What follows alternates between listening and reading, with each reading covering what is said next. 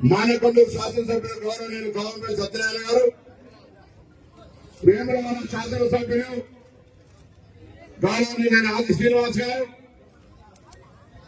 కరీంనగర్ శాసనసభ ఇన్ఛార్జ్ శ్రీనివాస్ గారు, హుసేనాబాద్ శాసనసభ ఇన్ఛార్జ్ ప్రణవ్ గారు, మాజీ శాసనసభ్యులు సత్యనారాయణ గౌడ్ గారు, నగర కాంగ్రెస్ అధ్యక్షుడు నరేందర్ రెడ్డి గారు, అంజన్ కుమార్ గారు, మన ఇన్ఛార్జ్ నరసింహారెడ్డి గారు, హైదరాబాద్ రెడ్డి గారు, కాంగ్రెస్ పార్టీ అనుబంధ సంఘాల నాయకులు, లోక్సభ నియోజకవర్గం నుంచి కరీంనగర్ శాసనసభ నియోజకవర్గం నుంచి వచ్చేటువంటి కాంగ్రెస్ పార్టీ పెద్దల కుటుంబ సభ్యులందరూ కూడా పేరు పేరు నమస్కారం.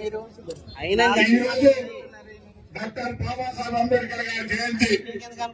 భారత రాజ్యాంగాన్ని నిర్మించినటువంటి భారత రాజ్యాంగాన్ని ఈరోజు ఈ దేశానికి దిశ దశ ప్రజాస్వామ్యంగా నిలుచోవడానికి ఉన్నటువంటి వ్యక్తి జయంతి. ఈ జయంతి పురస్కరించుకొని ఈరోజు తెలంగాణ జిల్లా కాంగ్రెస్ పార్టీ, సిరిసిల్ల జిల్లా కాంగ్రెస్ పార్టీ సంయుక్తంగా కలిసి ఈ పార్లమెంట్ నియోజకవర్గంలో ప్రజాస్వామ్యాన్ని కాపాడాలని, అదేవిధంగా భారతీయ జనతా పార్టీ మన్నూరు దాకా అధ్యక్షుడిగా, ఇప్పుడు అఖిల భారతీయ ప్రధాన కార్యదర్శిగా, స్థానికంగా పార్లమెంట్ సభ్యుడిగా ఉన్నటువంటి బండి సంజయ్ గారు రావచ్చు.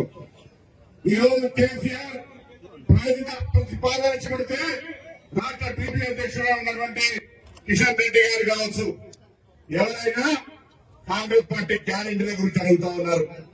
అందుకే కాంగ్రెస్ గ్యారెంటీల గురించి అమలు గురించి అడిగే ముందు 10 సంవత్సరాలు అధికారంలో ఇవ్వాలి కూడా మేము అధికారంలోకి వచ్చి 4 నెలలైంది.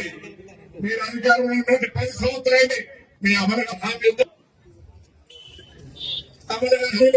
ఆ హామీ అన్ని ఎంతగానో ప్రభుత్వాన్ని ఇలా దీక్ష చేస్తా ఉన్నాం తప్ప ఇంకొకటి కాదు. అడుగుతా ఉన్నాం.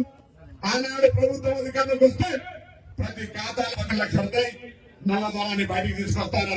ఎవరి ఖాతాలో ఉంటాయా? ఈ రోజు దేశంలో రైతులందరికీ పెన్షన్ ఇస్తా ఉన్నారు. ఎవరికి పెన్షన్ ఇస్తున్నారా? పోగా రైతులకు సంబంధించి నల్ల తెచ్చి